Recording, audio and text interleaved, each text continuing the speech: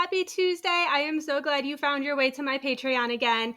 Really quick, I am not going to be doing a video for next week. We are doing Sacred Spaces this weekend. I am so excited. I am getting everything prepared. We are getting it all ready. It is going to be so good. But I am not flying home until next Monday. And so I will not be having a video next week, but we should be having a video back to normal schedule the week after that. So this week, not next week. And then week after that, we're back to normal again. Hopefully, normal is really weird right now. So we'll see. We'll see when the time comes what's going on. Let's jump right in. I'm going to do this in as few takes as possible, which you guys know is really difficult for me. So just bear with me when my mouth just completely separates itself from my brain, because it will happen.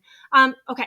Recently, it has been coming up, this spirit point of view, spirit POV. What is that? What do I mean by that? Why do I keep talking about it? So that is what we're going to talk about today, at least a little bit, because obviously, like with everything with spirit, it is a lot. It can be a lot. And so we're just going to start with just the basics, just the general things that I notice all of the time, and maybe a fun little story at the end if we have time. Before we actually jump in and talk about the spirit point of view, let's just take a second and remind ourselves our human point of view, because a lot of times I think that we forget everybody that we know is a human, right? And so we just assume that everybody has the same point of view that we do as a human, but that is not true. So let's just talk about some general human point of views. You guys can drop more in the comments, and then we will shift over to what more are the spirit point of views and where things start to get a little complicated. So some of the just blatantly obvious human point of view characteristics is time is linear. We cannot jump back and forth in time, right? Even when with the other video, I talked about how cultures view time a little bit differently. Even if they view time, in a circular motion and rather linear, we're still not jumping back or forward. We're not time traveling, right? So we're kind of stuck in the moment. We also need money, we need food, we need sleep, right? We go to work and we have work responsibilities, we have family responsibilities, we need to decompress, we have these human bodies we need to take care of, which that's really weird. The human body is weird to start with, whether you're a human or not. It's a weird body, right? And so trying to explain this weird human body to somebody who has never had a weird human body before gets really weird. And so we have to keep in mind that not all spirits know or remember what it's like to be human. Sometimes they just assume we can teleport. Sometimes they just assume we can grab thoughts from the air. We can grab energy from the air. They just assume that we know how to do these things. Even if we're actually capable of them and we don't know how, spirit doesn't always know where we're landing, right? Because science is always progressing. We're always doing what science does, right? The history of the earth is a little bit complicated. So I'm not going to say we don't go back, but science has a path that it takes, and spirit doesn't always know where exactly on the path we're landing. Same with just time, right? It gets really weird. There's a lot of things that as a human, we just assume everybody else is aware of as well, because obviously everybody we know is aware of them, but not all spirits understand. A general rule of thumb that I have when trying to gauge where spirit might understand humans or how much spirit might understand humans is I ask them kind of how close to this human vibration they are, because it is, again, just a general rule that typically the spirits that vibrate closer to this human vibration, closer to the earth vibration, they typically understand what it's like to be a human a little bit more. So if we think of us humans on a vibration, right? We can vibrate higher than a human. We can vibrate lower than a human. And again, I don't view lower vibrations as negative. I don't view higher vibrations as automatically good.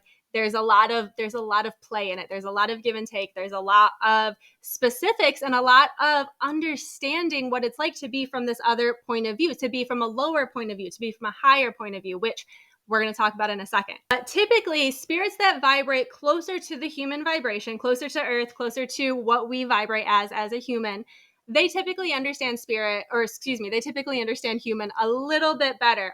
We're talking our ancestors, our guides, our past loved ones, ghosts that are kind of just roaming around. There's different levels to all of it, right? But the ones that are closest to that human vibration typically have had more so of a human life, maybe not as recently, but a human life that they can pull from that is still relevant today. Because I've never met anybody from the past because I'm living a human vibration, but I would wager a guess that if I met somebody from the past, they would vibrate a little bit differently than we vibrate now when we are interacting with technology, when we are, doing AI and all of this stuff, right?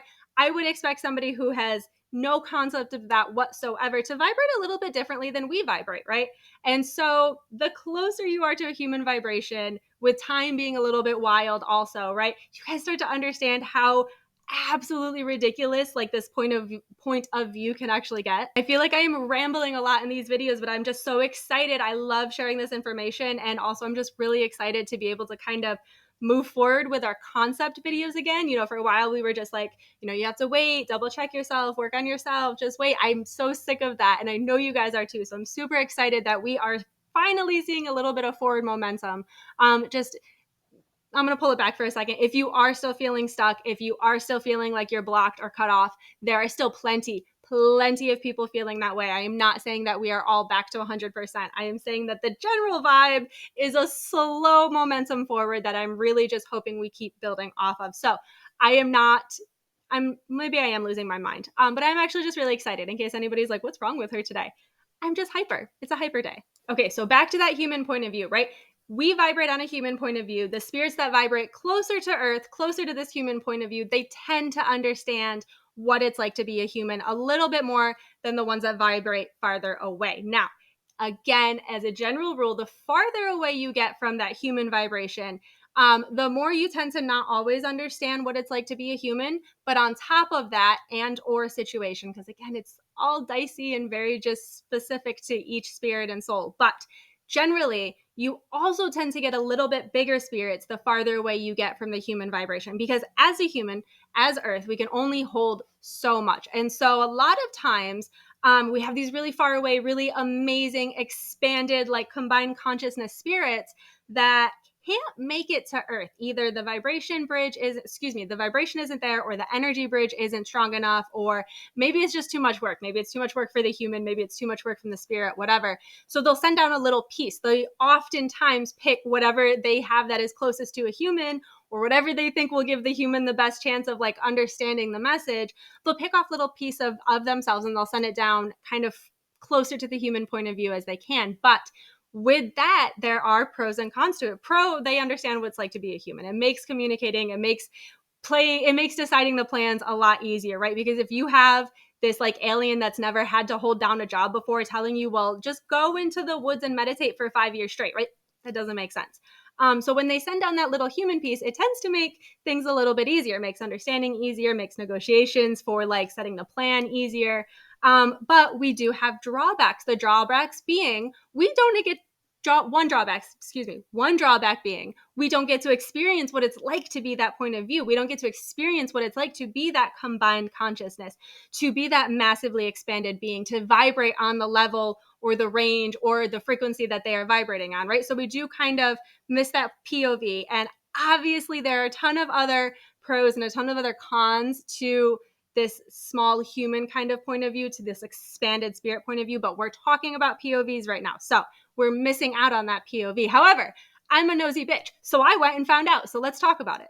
Now, the way that I got to this big expanded consciousness being is the way that I get to any spirit. It took a lot of just being stubborn. It took a lot of just stubborn dedication of, this is what I want. I want to reach this level. I want to know what's past this. I want to know who else I can talk to. I want to know what else I can experience. And I was just really, really stubborn about it for a really long time. So anybody can do it, but you don't have to.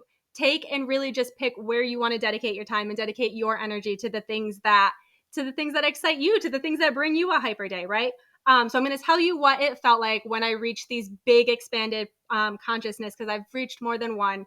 I highly recommend if you're kind of finding, hey, what else can I do? What else can I explore? Try to get to the bigger, fuller self is what I'm calling it now. Higher self and complete consciousness are two terms that I still use interchangeably, but are a little bit kind of dated.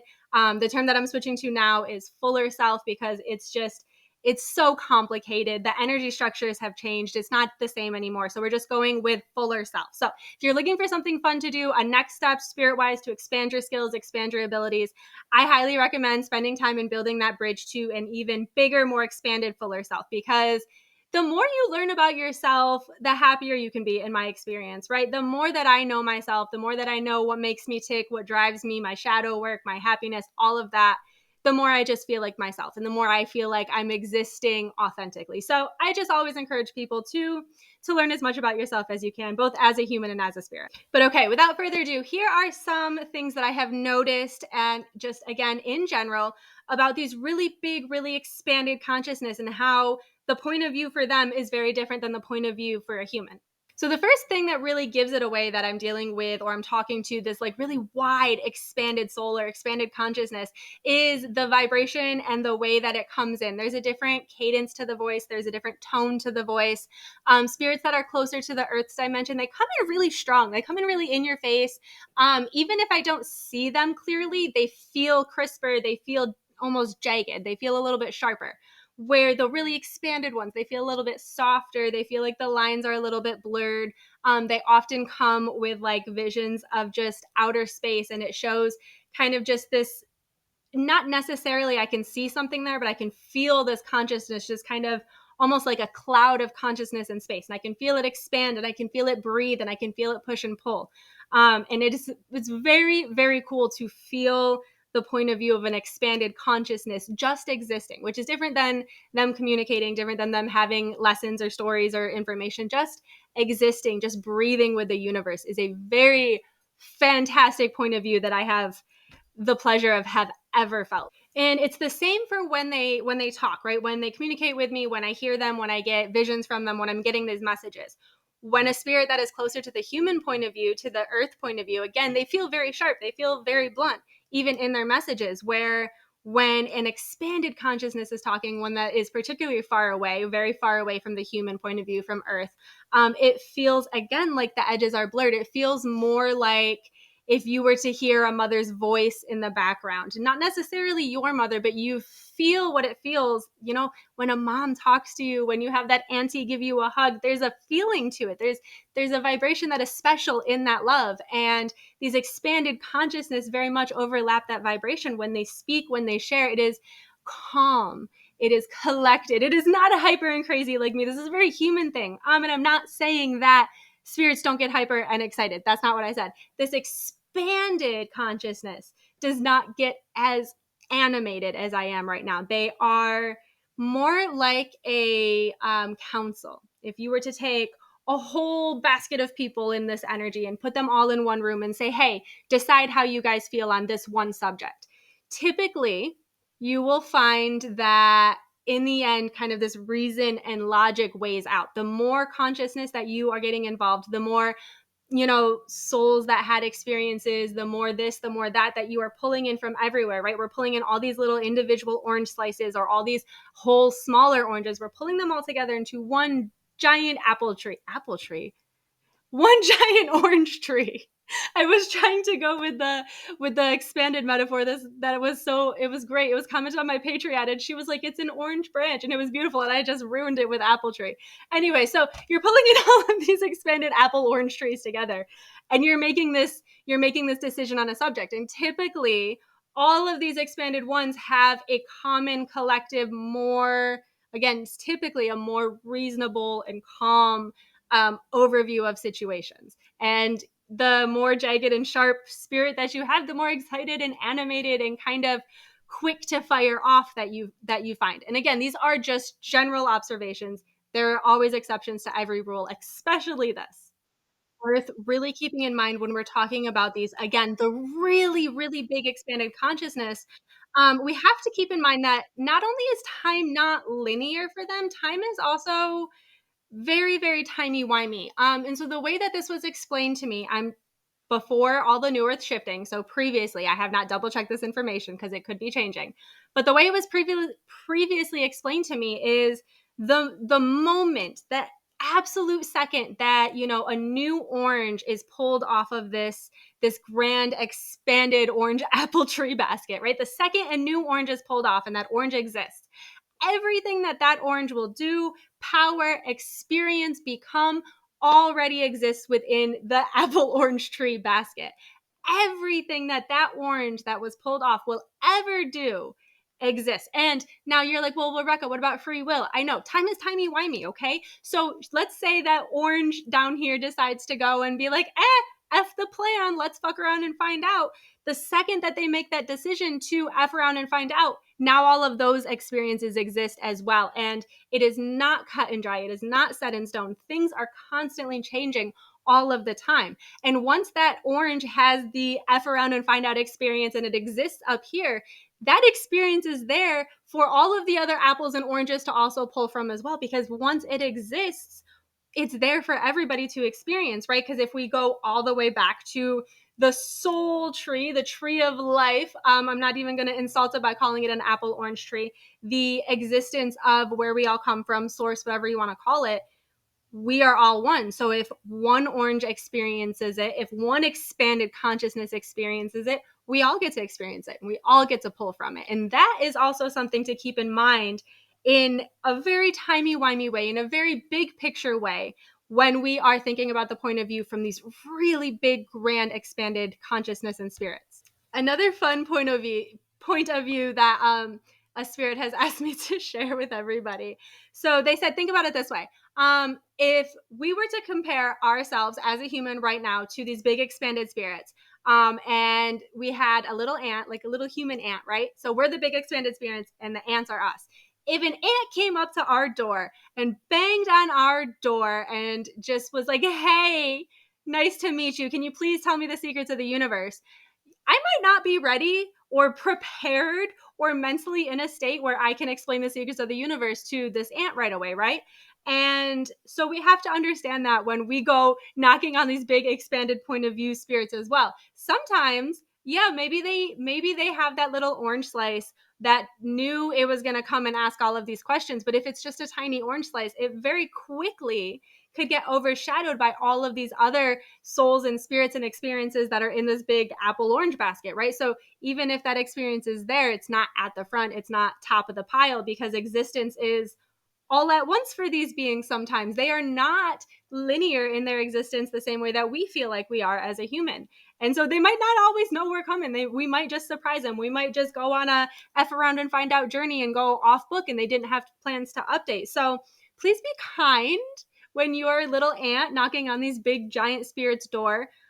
They may not always be prepared for us, which is a very interesting experience. It's a very interesting experience. If you are kind and you are gentle and you are patient and you are appreciative, you should be fine. They are both entertained and confused and just, it's a lot of different things at once. It's worth experiencing. Just be very, very compassionate and very, very respectful about it.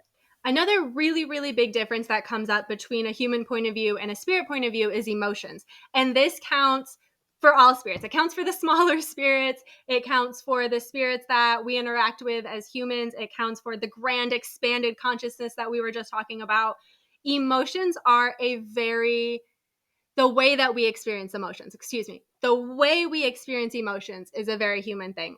Gaia has told me before all of the shifting, she's like, hey, emotions are one of my grand gifts to you. Ashura said it too. Emotions are one of Gaia's grandest gifts to us, that we can experience them a way that is authentic and true, that allows us to process them and to heal from them. That's key. We experience emotions in a way that allows us to heal from them very quickly without a lot of literal soul shattering, soul splitting, soul separating, soul fragmenting things that can happen as a spirit. The way that we are able to, the way that we were gifted emotions, even though it feels like it's ripping us apart, it doesn't actually rip us apart. We're in spirit. There's a lot of stuff that can happen when emotions get really strong and overpower, and it is not as safe for spirits to experience emotions in the grand intensity that we as humans do. Now, again, I am not saying that spirits don't experience emotions. I am not saying that spirits will self-implode if they have an emotion. I'm just saying there's a lot of things that happen or could happen that can make it dangerous for spirit to have overpowering emotions. And I've done videos about it before. I have not rechecked any of that information since the shifting, so I'm probably not going to get into it until I can verify all of the things that I thought I knew about it. But we as humans experience emotions in a very unique and a very powerful way. And it allows us to do a lot of healing, a lot of energy aligning, a lot of everything in a very short time as a human. And that is one big reason why a lot of spirits will come and have a human life to be able to do these things in a safe way, even though it feels like it's ripping us apart. And while these really big, these really grand, broad, big, expanded spirits might understand what it's like to have those emotions, they might remember it, those emotions are not always felt the same as a spirit.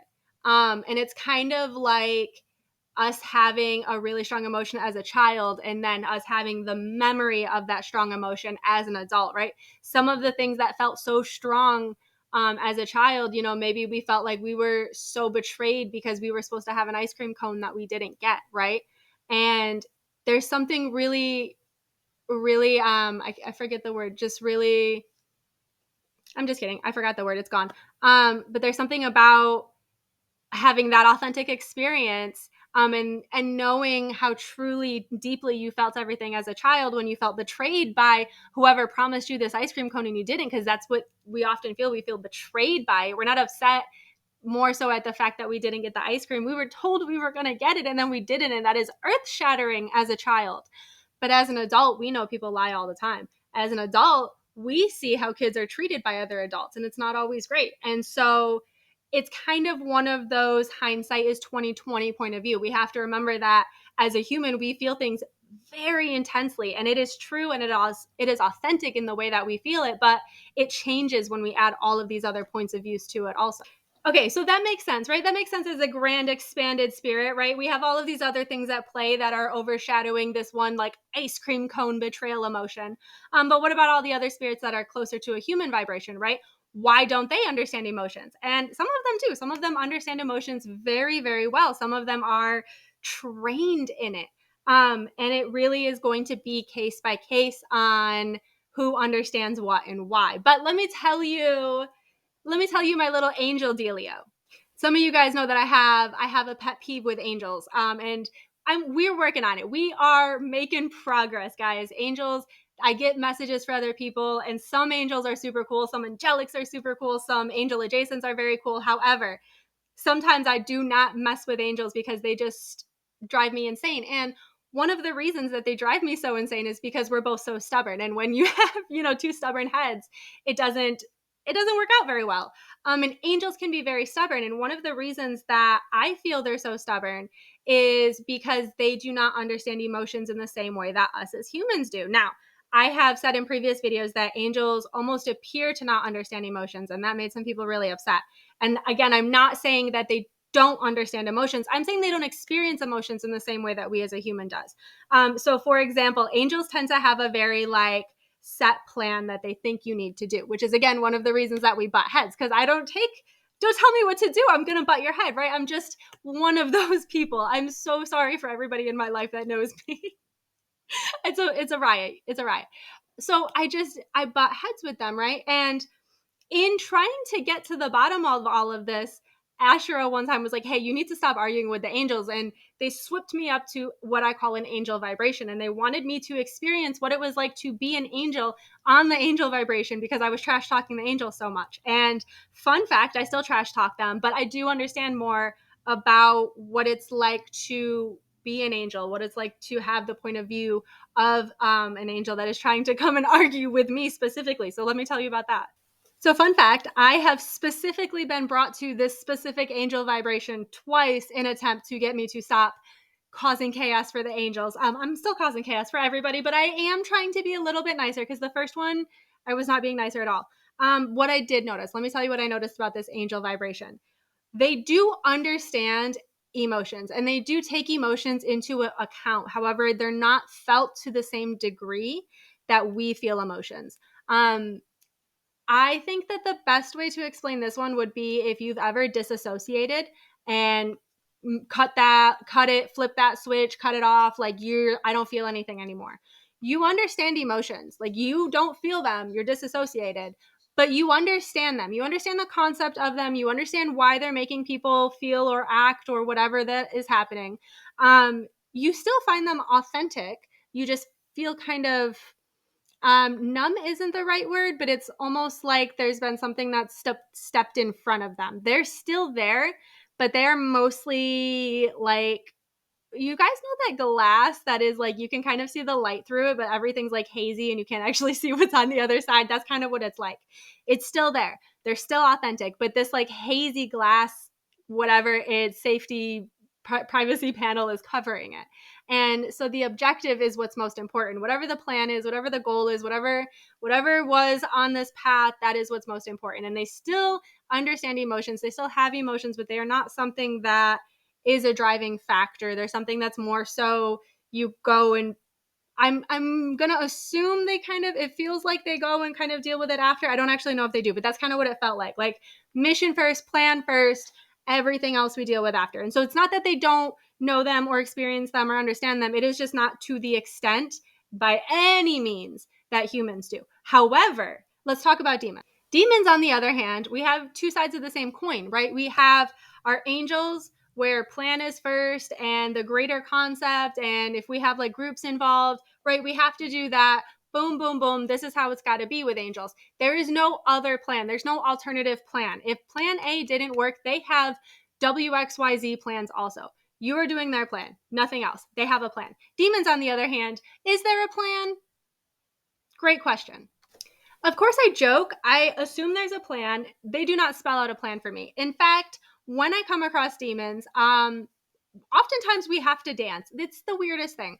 Demons, and I'm just, for the sake of this video, I'm using demons as a very large, broad term. I'm using demons to encompass a lot of what I call bottom energy vibes, those lower vibrations. I am not talking about like torturous beings from hell. I am not talking about ones that are there to punish you for your sins. Absolutely not. I am talking about dark fae, or sometimes succubuses, or just things that Abrahamic religions have often deemed bad and negative and morally wrong, like femininity, like sex, like liberation, like being free, like having these really loud emotions. How we used to wail at funerals and we used to be heard by the town, and there's women dedicated to mourning loudly to carry the burden of these emotions, right? Like I'm talking, emotions are driving forces. Emotions are not just an important factor. Emotions are oftentimes the factor. And I find what's really, really interesting about this is that the demon, again, super big, broad term, not really defining it, just throwing a whole bunch of underworld vibes in there, right? When I encounter these demons, they often make me dance first. And I have asked so many times why that is. And I get the same answer in a bunch of different ways. And it is because for me to go where I want to go in spirit or as a human, there is releasing that needs to be done. There is letting go that needs to be done. There's energy moving that needs to get out, that needs to be able to come in. There's things that we have oftentimes shut down, locked out, pushed away, or deemed not as important as the other things. And in the society that we live, specifically, the United States right now where I'm living, capitalism drives a lot of things, and you have to be productive and you have to contribute and you have to do all of these things. And I've noticed, and you guys tell me what you've noticed too. However, I'm not going to respond because I'm not going to get into my capitalism rant yet, but I can feel it coming, but I'm not going to respond, but you guys can talk to each other. I have noticed that the things that capitalism drives, money and all of this quick back and forth and all of these things, tend to be the opposite of what these demons and these underworlds are encouraging. They're encouraging relaxing, just existing, releasing, having emotions, being crazy, feeling the things, having an excited day, right? These underworld vibes, these demon vibes are oftentimes trying to get me personally back to the core of feeling, of being rooted, of having pleasure, of doing all of the things, of dancing in the woods naked and being the witch and riding through town on a horseback with your hair being the only thing covering anything, right? Like these things, the things that the stories are written about, the things that we crave as humans, right? Because angels and demons both vibrate on the same side or on opposite sides of the same coin. If we have our human vibration in the middle and we have angels and demons, they're two sides of the same very, very human coin in a lot of cases. And even if they didn't start out for humans as humans, the way that they have been appearing to me has been very much for humans by humans, right? So to exist as an angel, you exist in an order, you exist with a mission, you exist with, we are all on the same goal. And to exist as a demon, you exist with raw, with sensuality, with pleasure, with, you exist within the emotion, right? So the angels put that emotion on the back burner, and the demons, these underworld vibes, they are driving with emotions. And there's so much that I can say about the balance of the two of them. And there's so much that I can say about me having more fun with one or the other, me arguing. There's so much that I could say about the two of them. But angels are not all good and demons are not all bad. And just because I have beef with angels doesn't mean you shouldn't work with the angels. And then you have our guides, you have our ancestors, you have our bloodline ancestors, you have the collective ancestors.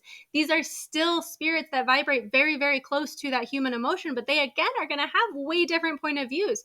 Your ancestors, the collective ancestors, are going to have, I have noticed mostly they have energy signatures kind of pinged. So like we have a collective ancestor kind of feminine rage group. We have a collective ancestor for like this healing group. We have this group of collective ancestors working on this. And then we have them all together in that big, apple orange basket pie, whatever we got going on. It's a delicious pie. I love the collective ancestors. They taste amazing. That was so weird. I'm so sorry, collective ancestors. I'm going to stop talking now and move on. So we have our collective ancestors, and they are working together with like focused intentions. They're working together for a specific plan. But then we have what I call our bloodline ancestors, and they don't necessarily need to be like a direct bloodline relation, but those are the ones that are associated with us and our family and who we are, either as a human or as a spirit. And maybe these bloodline ancestors came to help you with something specific, right? So I once met one of my ancestors on a ceremony that I was doing. I don't have any clue who she is. It took me a really long time to come to terms with her calling herself my ancestor, because I don't actually know how to trace my family back that far. But she was the best one to come and to guide and to teach me and to show me the path for this very specific thing that I was asking. I said, hey, somebody come help me. And this woman from my ancestry, from my bloodline, somehow said, hey, that's my girl. I got you. And she came and helped, right? But we can also have ancestors that are just watching out for us, that just want to come and check in, right? You have the grandma of the family that just always comes and plays with all the new babies, or the aunties that make sure everybody is safe, that nobody's, getting extra picked on at school or whatever. You have your family that is coming and just going to check on you too. But the thing that I need everybody to understand about both of those cases is that they are more than likely going to be bringing, and it's going to vary in different amounts, but they're more than likely going to be bringing their own human and spirit point of view biases to those situations, right? So if I have this ancestor, she was, I'm assuming Nordic. Nordic has kind of just been the umbrella term that I've been using, but she was living in a hut. There was snow on the ground. She was blonde. She was in like, deerskin looking clothes. And she had all of the ceremony thing that she was doing. So she is going to come and teach me based on the life that she lived, based on the clothes that she wore, based on the hut that she was preparing for ceremonies, based on the way that she did it. She is not going to be able to advise me, or she is going to need to pull in some other energy from some other spirits, some other oranges somewhere. Unlike, how the energy messes with my energy, how the clothes that I wear change, the vibration that I give off. She's going to have a very different point of view for my modern life, but that doesn't mean she doesn't have things to teach me. That doesn't mean she can't understand. It just means that she is going to know what she's telling me from her point of view. The same way, if I have that auntie who just really didn't like that boyfriend, if that auntie passed away, guess what? That auntie might still not really like that boyfriend. Sometimes aunties know. Sometimes they know, sometimes they don't. I don't know, but they're going to come and they're going to bring that point of view in. And even though, auntie might be like, listen, maybe I was being a little harsh. I see things from the other side now. I see his point of view. She might be chill now, or she might double down and be like, I knew he was wrong. She might see him sneaking around. She might see him making bad decisions, right? And so we have to remember that they're going to still have a lot of that human energy to them from that experience that they had when they were a human. The last thing that I want to talk about before I ramble on for another 30 minutes in my just human excitement, I want to talk about the point of view that changes based on kind of like the vibrations that you are traveling to, or kind of the realms that you're traveling to and things like that. So the same way that I was like, hey, I'm going to go see what's going on with that really far away expanded spirit, the same way that you going there gives you more experience on what it's like on that vibration, right? Because we're moving our vibration, we're moving our consciousness, at least a part of it, to that vibration. So we are interacting on that vibration, not on the human vibration anymore. We're often interacting on whatever vibration we've sent our consciousness to. So I would like to share with you about God Islands and about the brimstone level that I saw. But first, I want to tell you about what I just call the Tim Burton realms. And I want to just start with this experience before I get into the other two, because it's going to help explain the difference that I'm trying to get at. So the Tim Burton realms. I keep wanting to say Tim Sweeney. It's not even right. So the Tim Burton realms are like they sound. They are realms that are they have a very Tim Burton vibe to it. I am convinced that Tim Burton has in some way, shape, or form been to these realms, and he is building his experience off of them, which happens all the time and is really, really, it's fantastic the way that the energies merge and things like that. It's wild. It's fascinating. But I have been lucky enough, I guess, to experience one of these Tim Burton realms. And this one was literally, it was driven by emotions in the opposite way as we are driven by emotions. So let me see if I can explain that. So we are expected to adhere to certain rules as for like a peaceful existence in society, right? A peaceful coexistence in our society. Excuse me. This is why I need to finish. Anyway, we're expected to adapt to certain rules, right? Like we don't cut in line at the grocery store. We don't push and shove. We have social etiquette, right? And we try to adhere to the social etiquette as best that we can without causing conflict. And the goal is to kind of find a happy medium that we can all adhere to that doesn't cause social conflict or internal conflict for us, right? Because if I'm expected to wear a certain things, act a certain way, it might make me feel some type of way. It might make me feel inauthentic, and that's going to cause a conflict in me, right? So we're trying to find this like social, happy place where we can all coexist and just have a beautiful conflict-free-ish society, right? So keeping in mind all of our just general social etiquette rules, please, thank you, excuse me, right? I want you to flip it on its head. I want you to imagine flipped on its head a Tim Burton realm. And these people looked kind of like humans, but they looked very creepy. Their features were very pointed, like pointy smile or Tim Burton realms, right? Like you get what I'm saying. And so they looked like Tim Burton realms. They had the darker shades to them and everything. And I don't know if that was Spirit like altering my filters to help me, make connections or not, but I call them the Tim Burton realms.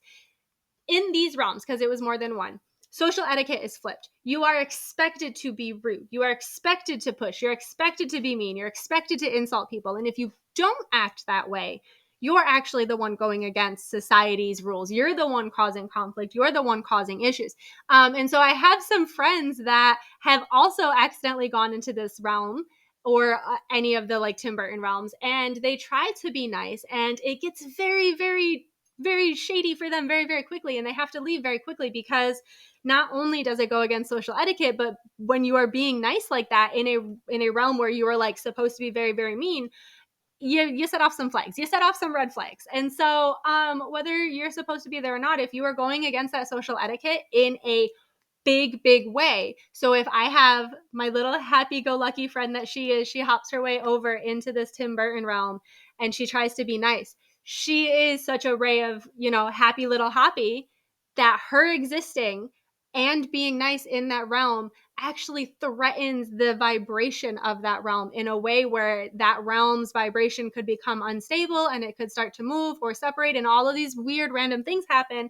And even if this one moves a teeny tiny bit, there's a counterpart that would also have to move a teeny tiny bit. And so one person hopping in this realm and acting in a way that is against the social norm, it might not be a big deal for a minute. It might not be a big deal for, a short period of time, especially since time is timey-wimey. But over the long term, it could be a very, very big deal. And so when we go to realms, if we aren't adjusting our vibration to match that realm as best that we can, we're likely to get kicked out, because at that point, it kind of becomes a safety issue, not for just us, not just for that realm, but for, the universe and the balance that it holds. And so that actually leads me into this brimstone realm that I wanted to tell you guys about. And it's actually cool. I'm super excited because for a long time, Spirit was like, hey, don't mention the brimstone realm on video. They're like, people are not ready for it. So I am so excited that you guys on this Patreon are like, just everybody got real cool so fast. And I'm so excited that I get to share all of this new like fun stuff with you guys. So the brimstone realm, I believe I was supposed to not talk about it before because it's definitely not a realm that people should just be popping into. But if I'm getting to talk about it now, I have a sneaking suspicion that it's going to be coming up. So I was first shown this realm when Spirit was explaining to me the balance of things, when Spirit was explaining to me how we have our lower energy, our bottom energy, and we have our top energy, our high energy, and they overlap, and how that overlap works and how the balance works and all of these things. So what they did was they showed me Earth, and I was like, okay, cool, I see it. It's like rolly grassy hills.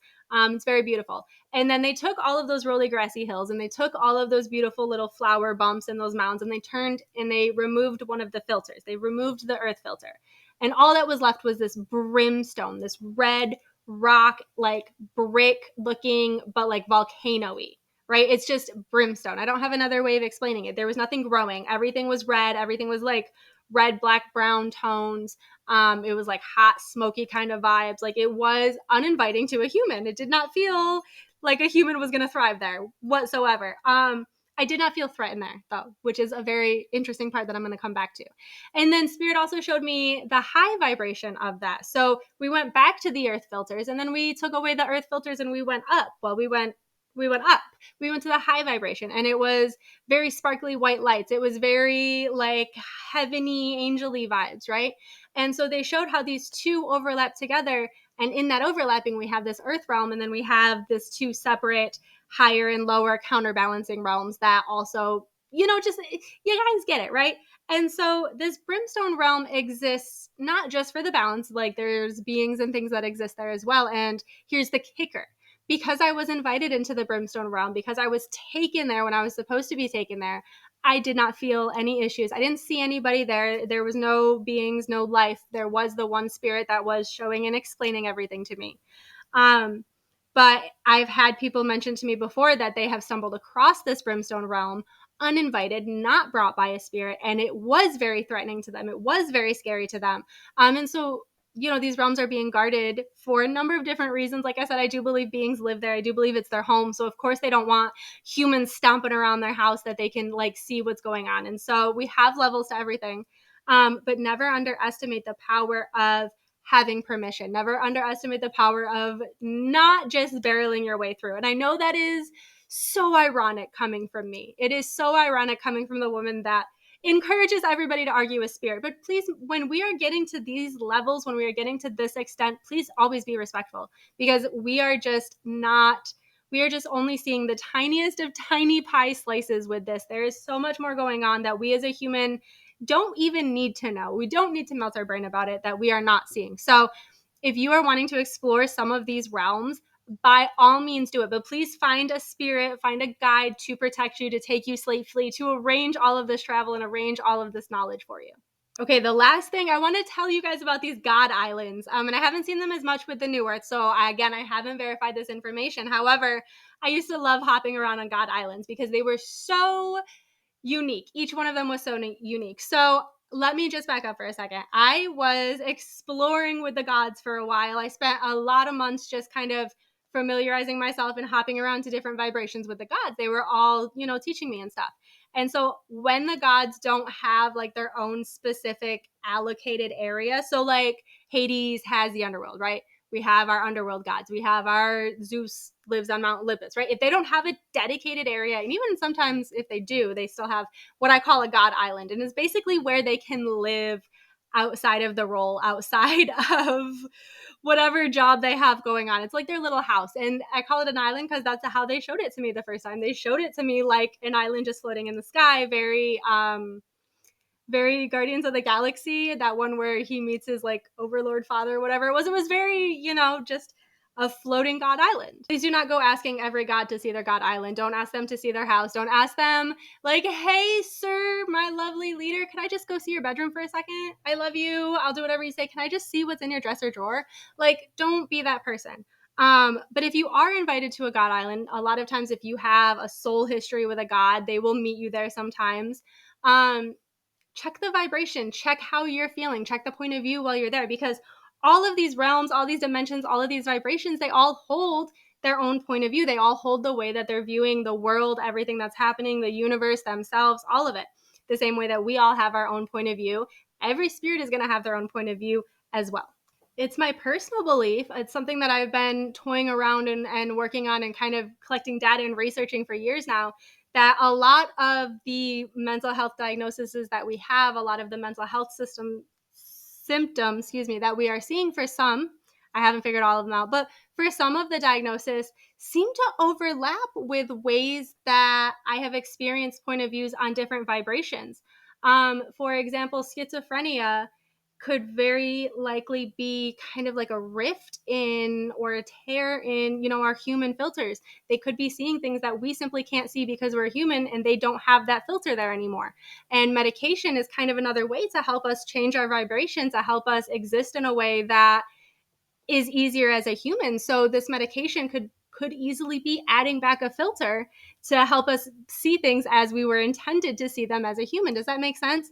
A lot of DID, which was formerly multiple personality disorders, dissociative identity disorders, when I do readings for people who have that DID diagnosis or had trauma that could have resulted in that diagnosis, it actually changes the way their energy is set up. It changes the way their energy is laid out. When I enter their energy, I perceive their energy differently, or it's shown to me differently. And the levels of connections that they have to, bigger consciousnesses, to that orange apple tree basket, are different than the connections that I was seeing before with people who didn't have that diagnosis. So I really just find, point of views and vibrations fascinating, because they are seemingly to make really big differences in the way that we perceive the world around us. Now, I am not trying to make any claims about mental health or spirit connections. I am simply stating things that I have observed. Please seek mental health care from mental health professionals if you're able to. Please take your medicine. Please continue to do whatever you need to do to make your human life easier, because it is hard enough right now in ways that it doesn't need to be. So I'm just simply sharing with you correlations that I have found and just things that have fascinated me over the years. All right, y'all, I rambled for 45 minutes now. I'm going to let you guys go. I'm going to go get ready for Sacred Spaces. I will see you guys there this weekend. I am pumped.